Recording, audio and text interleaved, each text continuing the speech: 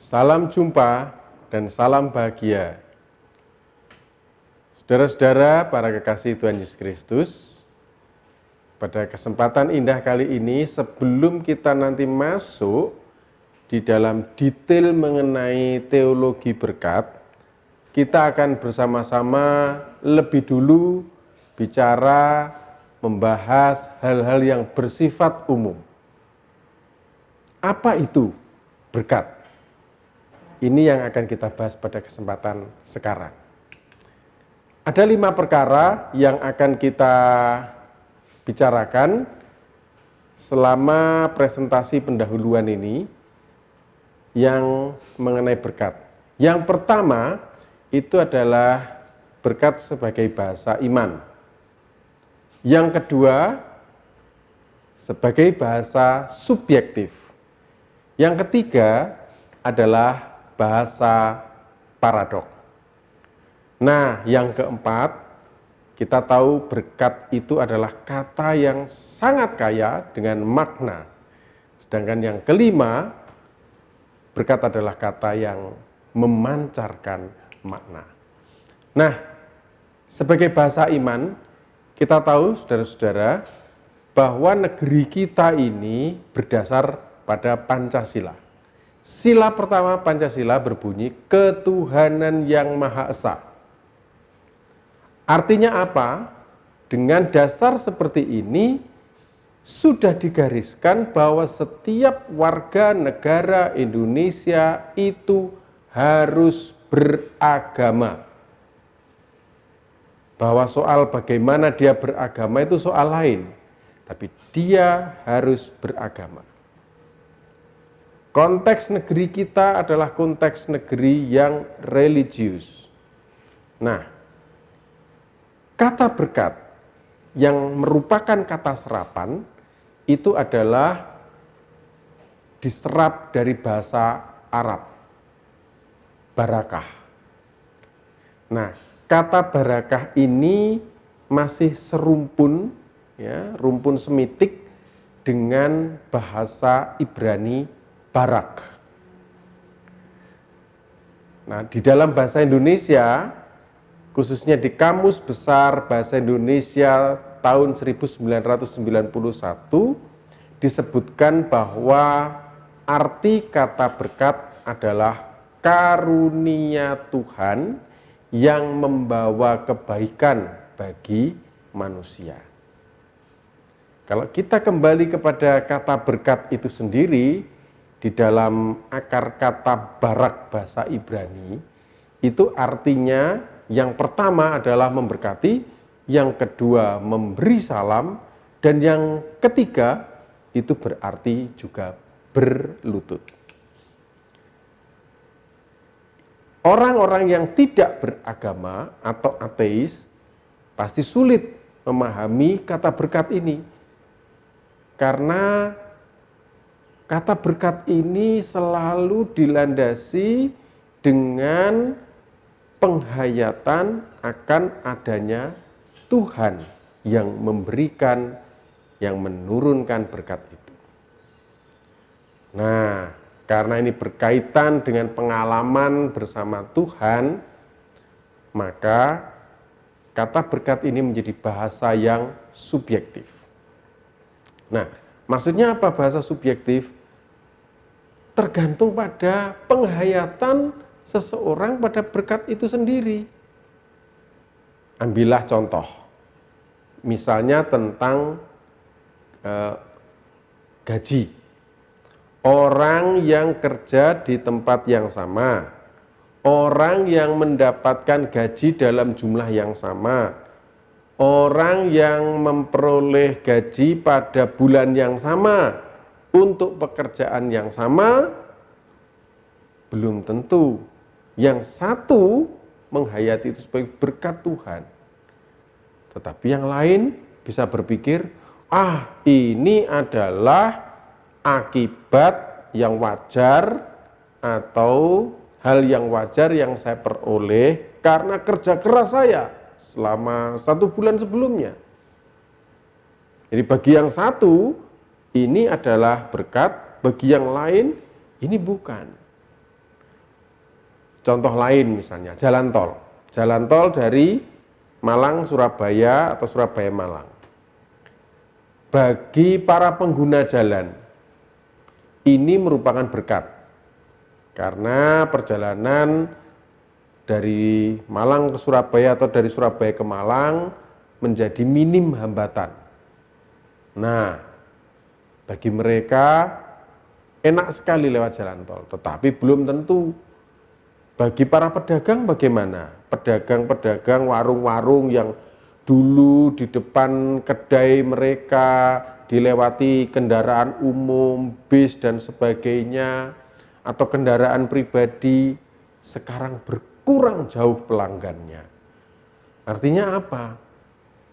Jalan tol, benda yang sama, itu apa yang diterima bagi seseorang bisa bermakna berkat, bagi orang lain bisa bermakna lain lagi. Itulah sebabnya maka kata berkat itu selalu subjektif. Nah, subjektivitasnya itu bukan pada soal berbeda makna, tetapi bisa bertentangan makna, atau maknanya bahkan bertolak belakang. Inilah yang disebut dengan bahasa paradok. Satu peristiwa yang sama dialami oleh orang yang berbeda di lokasi dan di waktu yang sama, itu bisa berbeda juga artinya. Contoh, peristiwa longsor yang ada di sebuah desa di di Nganjuk misalnya, Februari 2021 yang lalu.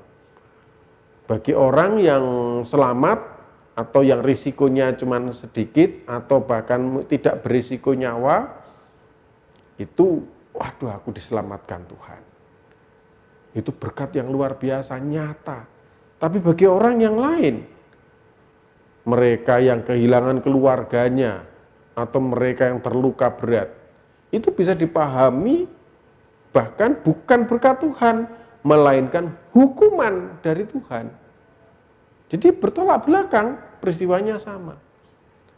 Juga beberapa waktu yang lalu sempat viral sebuah video di mana seseorang menangis, seorang laki-laki menangis sedang masak. Kenapa? Karena orang yang pesan masakannya membatalkan. Padahal dia sudah terlanjur pinjam atau cari utangan kepada orang-orang di sekelilingnya. Karena porsi yang diminta adalah 50 porsi. Dia sudah sediakan, tapi dibatalkan tanpa ganti rugi. Bayangkan, bagi dia ini sama sekali bukan berkat. Tetapi videonya itu ditonton oleh orang lain. Dan orang lain memviralkan sehingga ada pengusaha yang kemudian tahu ada peristiwa itu dan hatinya merasa berbelas kasihan. Dia langsung memesan 3.000 porsi dibayar cash. Bayangkan. Semula ini orangnya sama, semula dia merasa belum mendapat berkat. Dia bahkan merasa malang dengan peristiwa yang menimpanya. Tetapi tak lama kemudian dia baru merasakan. Itulah berkat. Jadi orang yang sama itu bisa mengalami, oh ternyata peristiwa celaka yang kemarin saya alami itu sebenarnya adalah sesuatu yang indah dari Tuhan. Selalu nyata. Belum termasuk peristiwa-peristiwa lain, misalnya orang yang terlambat dari penerbangannya, ternyata ada pengumuman bahwa pesawat yang dia terlambat sehingga tidak bisa menumpang, itu jatuh ke dalam laut. Mungkin pertama merasa menyesal, tapi ternyata berbeda. Ini bukan hukuman, ini bukan kemalangan, tetapi ini berkat. Jadi maknanya bisa bertolak belakang. Nah, itulah sebabnya. Maka berkat itu selalu merupakan kata yang sangat kaya dengan makna. Kalau kita bicara tentang laptop, kalau kita bicara tentang tekek, kalau kita bicara tentang duit, khusus untuk konteks Indonesia, mungkin yang dibayangkan sama, saya dengan tetangga saya sama. Tetapi kalau kita sudah bicara tentang berkat, katakanlah ada seorang pendeta yang sedang berkhotbah di tengah-tengah ribuan warga jemaat. Bayangkan, ketika dia bicara tentang berkat, belum tentu setiap orang itu sama. Karena imajinasi, bayangan, gambaran tentang berkat satu dengan yang lain berbeda. 1000 kepala bicara tentang berkat itu bisa berarti ada 1000 konsep, ada 1000 imajinasi. Walaupun di dalam definisinya sama, tetapi di dalam realitas imajinasinya bisa berbeda-beda. Itu artinya apa?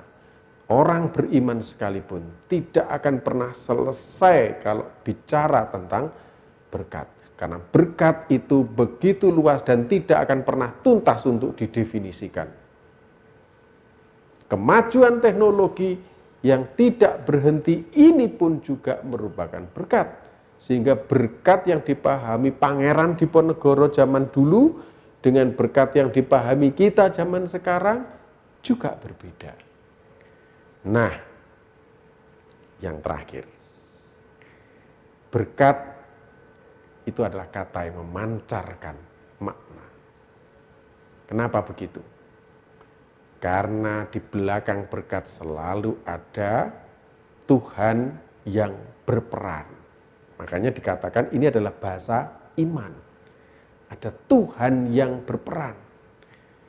Karena Tuhan yang berperan memberikan berkat itu adalah Tuhan yang maha besar, maka berkat itu tidak pernah kecil. Bagi orang yang memahami dan menghayati dengan benar apa yang dimaksud dengan berkat dan memahami sungguh-sungguh, berkat itu sesuatu yang luar biasa, apapun bentuknya. Bahkan berkat yang dirasakan, yang dihayati, itu akan semakin besar maknanya ketika ternyata orang itu mendapatkan manfaat daripadanya. Manfaat yang tidak pernah berakhir. Kenapa? Karena ada Tuhan di belakangnya. Tuhanlah yang maha besar yang memberikan berkat. Nah, ketika orang menghayati adanya Tuhan, muncullah di sini relasi. Muncullah keintiman. Ketika keintiman itu begitu mendalam, oh Tuhan selalu memberikan berkat. Setiap hari Tuhan tidak pernah tidak memberi berkat. Sejak mata saya terbuka, udara, pelupuk mata yang bisa membuka, semua itu adalah berkat. Maka terjadi metamorfosa dari berkat itu menjadi penghayatan akan keintiman, akan hubungan dengan Tuhan. Nah, disinilah berkat itu tidak lagi penting bentuknya bagi seseorang, tetapi yang jauh lebih penting adalah relasi dengan Tuhan itu sendiri. Itulah berkat yang sejati. Adanya kesadaran bahwa Tuhan yang memberi berkat, Tuhan yang senantiasa berelasi dengan dia, itulah berkat yang sejati. Nah, berkat itu tidak berhenti sampai di sana, karena orang yang menghayati berkat, dia akan berusaha supaya berkat itu bukan berhenti pada dirinya sendiri, tetapi juga kepada orang-orang yang lain. Maka berkat itu memacu dari dirinya itu sikap yang baik, tindakan yang baik. Kesadaran akan berkat itu membuat orang lain juga merasa terberkati. Inilah respon positif yang muncul dari kesadaran akan relasi dengan Tuhan. orang lain yang mendapatkan berkat dari Tuhan, ya, itu akan juga merasakan, oh ini ada berkat dari saudaraku. Ini akan menimbulkan efek domino. Jadi berkat yang saya terima menimbulkan berkat bagi orang lain, dan orang lain yang merasakan mendapat berkat melalui saya akan juga melakukan kebaikan kepada orang lain, dan itu akan terus yang disebut dengan kata nyumrambah kepada setiap orang. Dan ini tidak berhenti pada individu, melainkan bisa berkembang menjadi berkat komunitas, berkat ekosistem, berkat bangsa, bahkan berkat bagi semesta. Demikian pendahuluan dari saya. Terima kasih, Tuhan Yesus Kristus memberkati, dan akan dilanjutkan oleh saudara terkasih Bapak Gidi.